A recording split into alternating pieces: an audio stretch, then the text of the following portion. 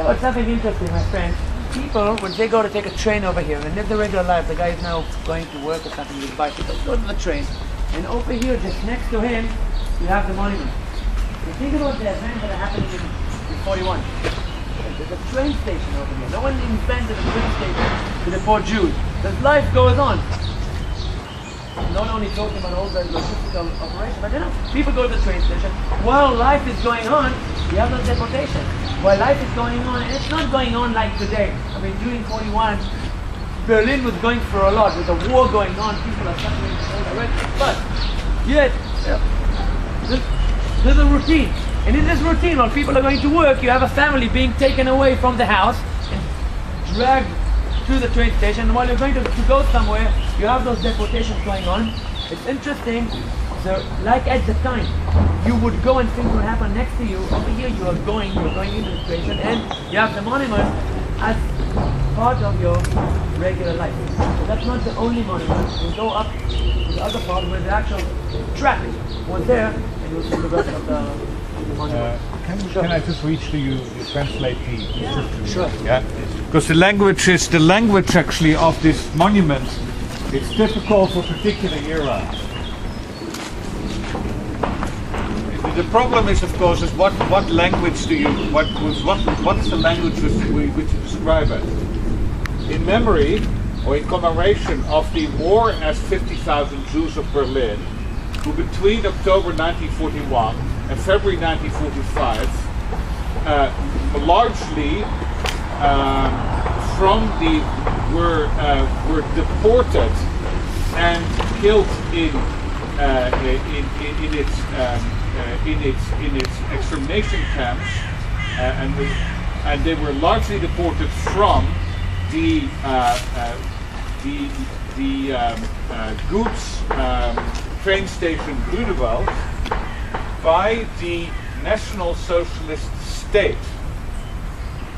Already, what's quite interesting here is they don't see it by the German government or by the German state. They put this was created before the unification.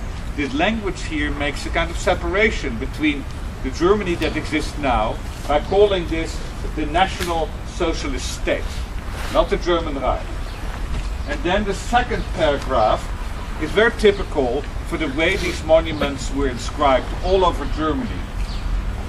Zur Mahnung an uns. This is to warn us, yeah, that any Missachtung des Lebens, that means any kind of not honoring, any kind of despising of life and the dignity of people.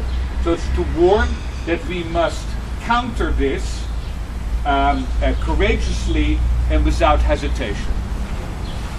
So the message which is given from all of this is a simple piece of civic education. They have actually in Germany a word for that. It's called Zivilcourage, which means civil courage. And the idea is, of course, that the big problem in Germany that people always say orders are orders, we have to obey the government. And what this second paragraph tries to do is give the lesson that maybe at a certain moment you should be willing not to obey the government. Yeah? And this is basically the standard language in which all of these monuments are inscribed. They always call it, the central word is Mahnung, and Mahnung is warning. Yeah? And so what is interesting in this monument, of course, is, I mean, what is interesting? If you say that all of these are Mahnmale, the word is warning monument. About whom is then the monument? The living. This is not about the victims. Yeah. So this is in some way, if we talk about the void in the traditional German memorials, in some way the victims are invisible, because it's all about civic education.